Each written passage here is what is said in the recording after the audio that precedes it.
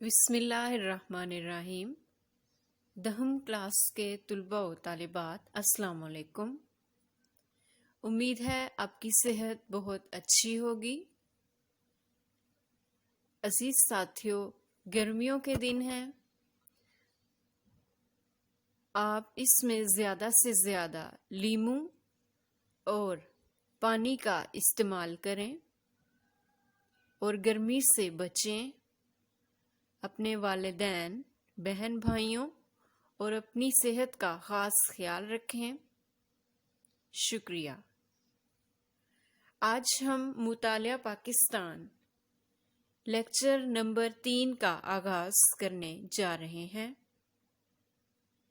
اگلے لیکچر کا آغاز کرنے سے پہلے میں پچھلے لیکچر کی کچھ باتیں دہراتی چلوں۔ پچھلے لیکچر میں ہم نے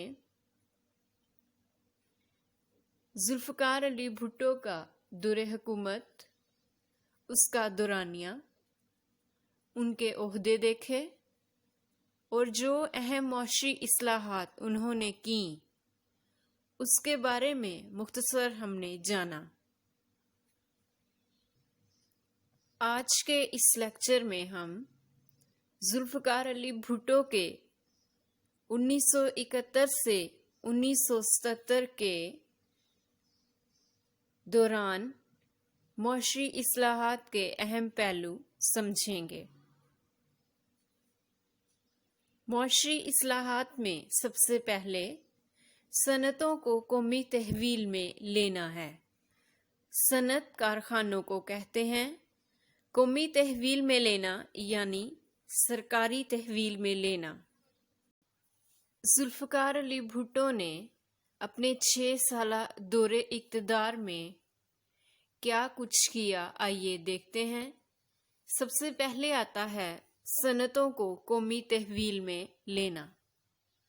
ذوالفقار علی بھٹو نے جیسے ہی صدر پاکستان کا عہدہ سنبھالا تو انہوں نے اس بات کا مشاہدہ کیا کہ ملک کے بڑے بڑے ادارے یعنی ملک کی بڑی بڑی صنعتیں یا کارخانے صرف اور صرف 22 خاندانوں کی ملکیت ہیں۔ 22 خاندان ایسے ہیں جن کے پاس پورے ملک کا 60% سرمایہ ہے اور وہ سرمایہ ان 22 خاندانوں کی ملکیت ہے۔ ملک کے اندر انشورنس کا 80% سرمایہ بھی انہی 22 خاندانوں کا ہے۔ تو انہوں نے کیا کیا؟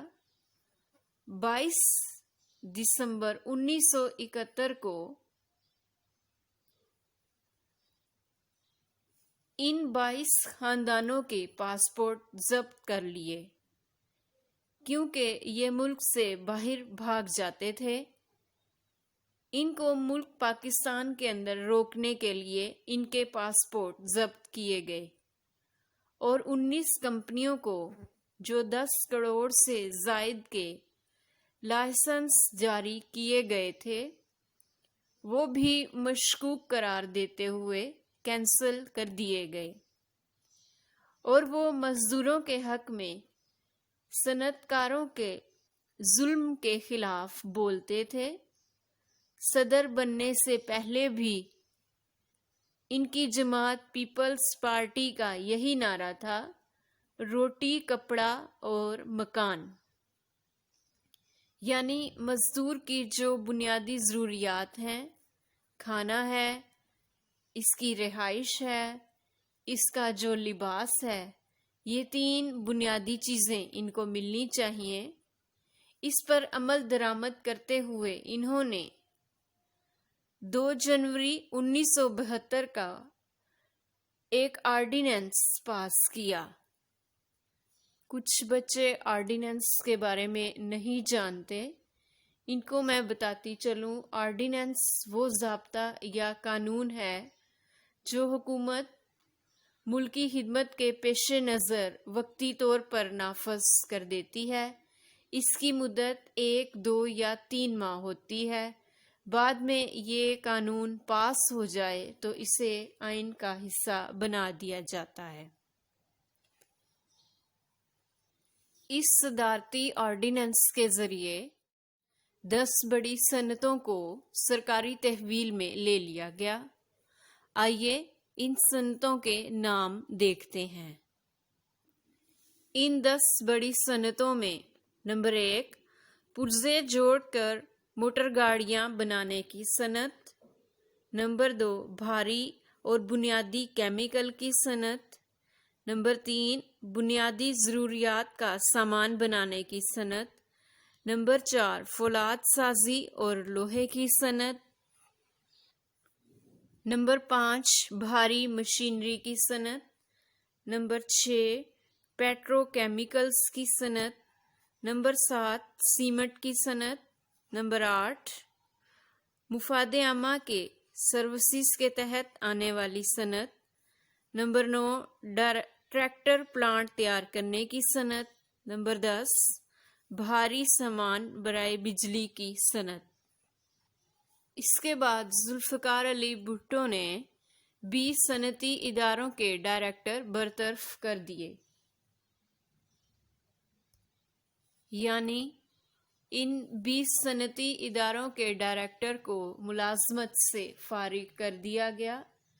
ان ڈائریکٹرز کے کردار مشکوک تھے، ان کی کارکردگی مشکوک تھی، اس لیے انہیں اپنے عہدے سے ہٹا لیا گیا اور برطرف کر دیا گیا۔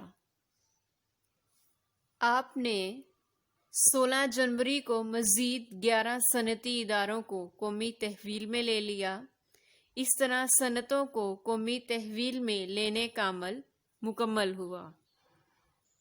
عزیز طلباء، کس طرح سے صنعتوں کو قومی تحویل میں لیا گیا؟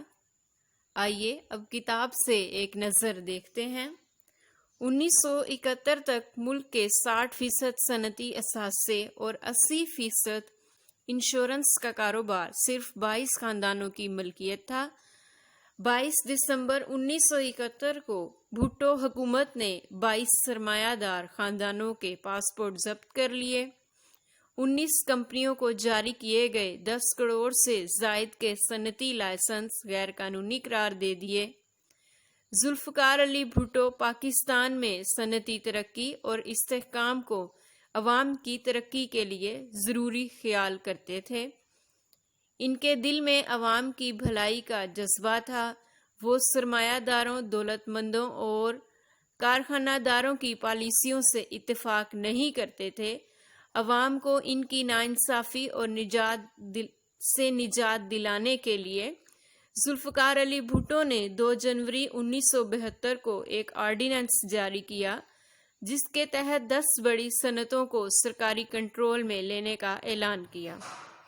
ان صنعتوں کے نام آپ پہلے بھی پڑھ چکے ہیں۔ ان صنعتوں میں کیمیکل کی صنعت، موٹر گاڑیاں بنانے کی صنعت، لوہے کی صنعت، سیمنٹ کی صنعت شامل ہے۔ صنعتی اصلاحات کے تحت 20 صنعتی اداروں کے ڈائریکٹر برطرف کر دیے گئے، ان کی مینیجنگ ایجنسیاں ختم کر دی گئیں۔ ہر صنعتی ادارے کے انتظامی امور کو چلانے کے لیے ایک علیحدہ انتظامی ڈائریکٹر مقرر کیے گئے۔ 16 جنوری 1972 کو ملکی مفاد کے تحت مزید 11 صنعتی ادارے قومی تحویل میں لے لیے گئے۔ بھٹو حکومت کے درج بالا اقدامات سے پاکستان میں صنعتی ترقی ہوئی اور اقتصادی استحکام پیدا ہوا۔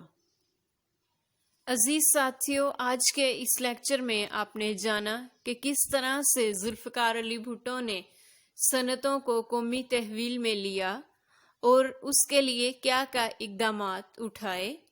امید ہے آپ کو اس لیکچر کی سمجھ آ گئی ہوگی۔ آپ کی آسانی کے لیے میں اس لیکچر کو ایک دفعہ دہراتی چلوں۔ ذوالفقار علی بھٹو نے جب پاکستان کا اقتدار سنبھالا تو انہیں یہ لگ رہا تھا کہ ان صنعتوں سے پاکستان کی گورنمنٹ اور پاکستان کے عام آدمی کو کوئی فائدہ نہیں ہو رہا اور یہ صرف 22 خاندانوں کی ملکیت ہیں، تو انہوں نے 10 بڑی صنعتوں کو قومی تحویل میں لے لیا اور 16 جنوری کو مزید 11 صنعتی ادارے قومی تحویل میں لیے، جس سے پاکستان کی عوام کو اور گورنمنٹ کو بہت فائدہ حاصل ہوا۔ امید ہے آپ کو لیکچر کی سمجھ آ گئی ہوگی۔ اپنا بہت خیال رکھیں۔ شکریہ۔ اللہ حافظ۔